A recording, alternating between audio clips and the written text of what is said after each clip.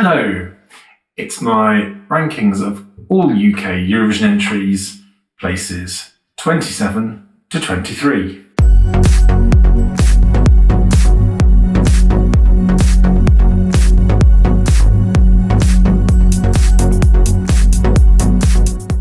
Welcome to Matt Loves Eurovision. Please do click on the subscribe button and the notification bell. Please do like, share and comment below. In the rundown of my rankings of UK entries, we're in the roaring 20s now. Although, as you'll probably see from the entries coming up, it's more a case of looking at the 80s in this little set. Because at 27, we start off with 1980s entry Prima Donna, Love Enough for Two. I've got a lifetime to spend with you, 'cause I've got love enough.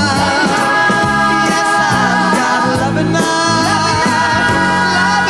for two. So this predates Bucks Fizz, it was a year before, but as you'll see with quite a few of the entries around for the UK around this time, they were not saying similar, but they were of a similar genre, that kind of mixed group, very upbeat, very catchy, and perhaps not surprising with this one that Love Enough for Two was actually written by the same team that wrote The Bad Old Days for Coco. But the connections between all the songs don't just end there. The six-piece band, which is mixed, three girls, three boys, included Sally Ann Triplett, who has distinction of being not only was one of only four artists who represented the UK twice, but she's the only one to have won the UK national final twice, because some of those other ones that represented the UK twice were selected rather than winning a national final. This also includes, the group also includes the wife or husband, one of the two, the wife and husband of one of the members of New Seekers, who represented the UK previous years, and also the brother of Jay Aston, who was a member of Bucks Fizz.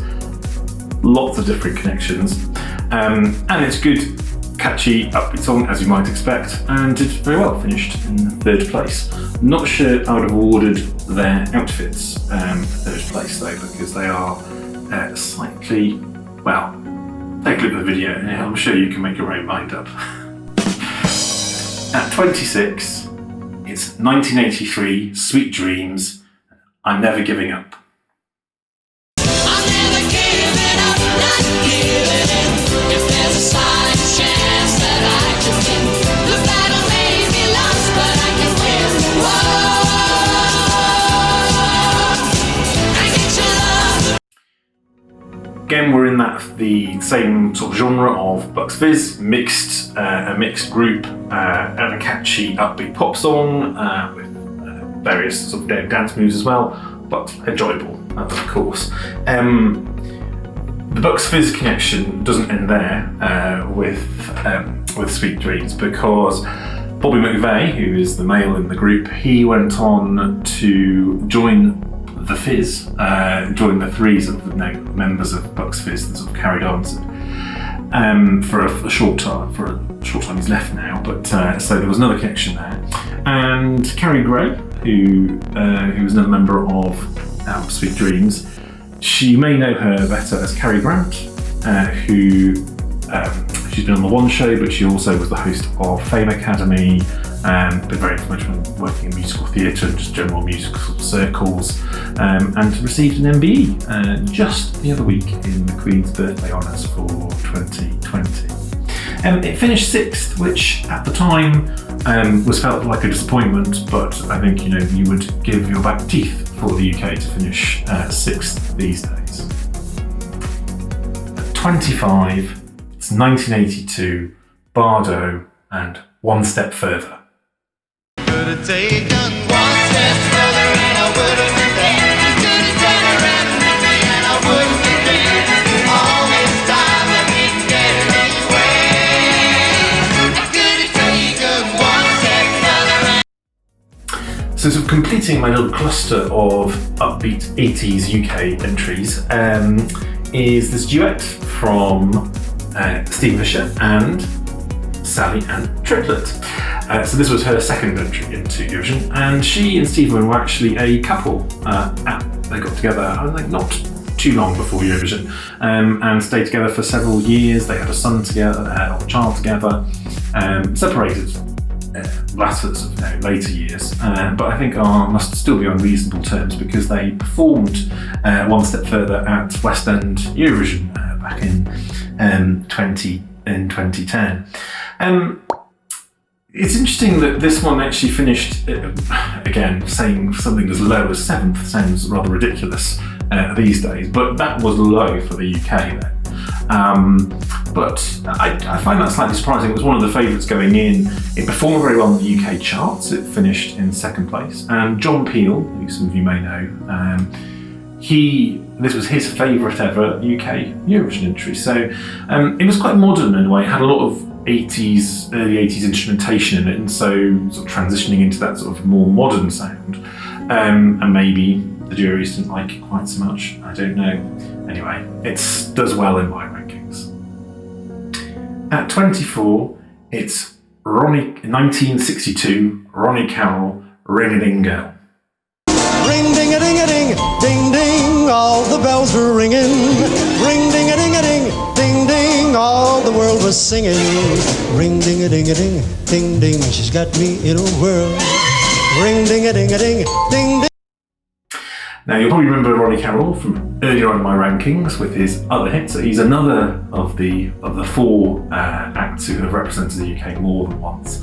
But this is my preferred song of his.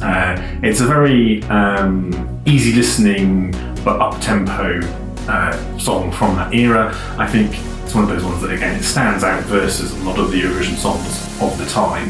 And I think it's really enjoyable. One of the interesting things about this song, and also his subsequent entry, they were conducted and arranged by Wally Stott, who was a big figure in kind of the music industry and the easy listening industry.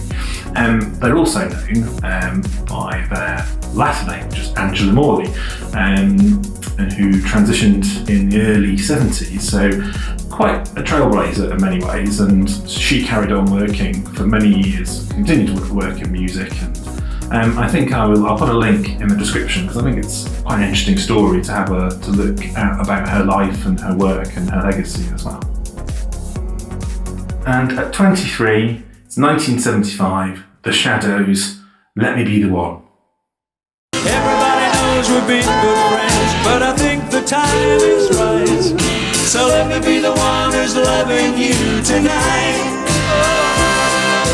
Let me be the one who's loving you tonight. And The Shadows were probably one of the biggest bands in terms of their commercial success outside of Eurovision prior to entering the contest.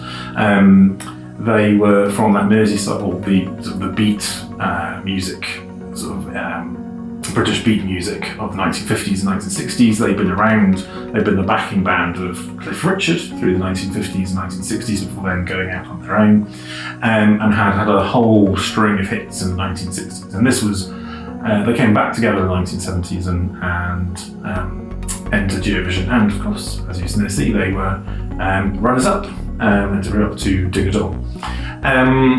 Really good song. I think it was quite interesting if you watch the full video, but near the start, the lead singer goes, "I knew it," in the middle of the song, and he'd forgotten his words. And that slight legacy, the fact that a lot of the Shadows songs don't necessarily have lyrics, often they are instrumentals as well, which was quite amusing.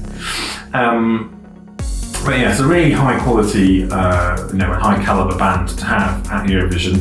I think I might be saying that their single sales rank in terms of UK single sales, rank kind of in the top 5 of all kind of music bands in the UK. So very significant indeed.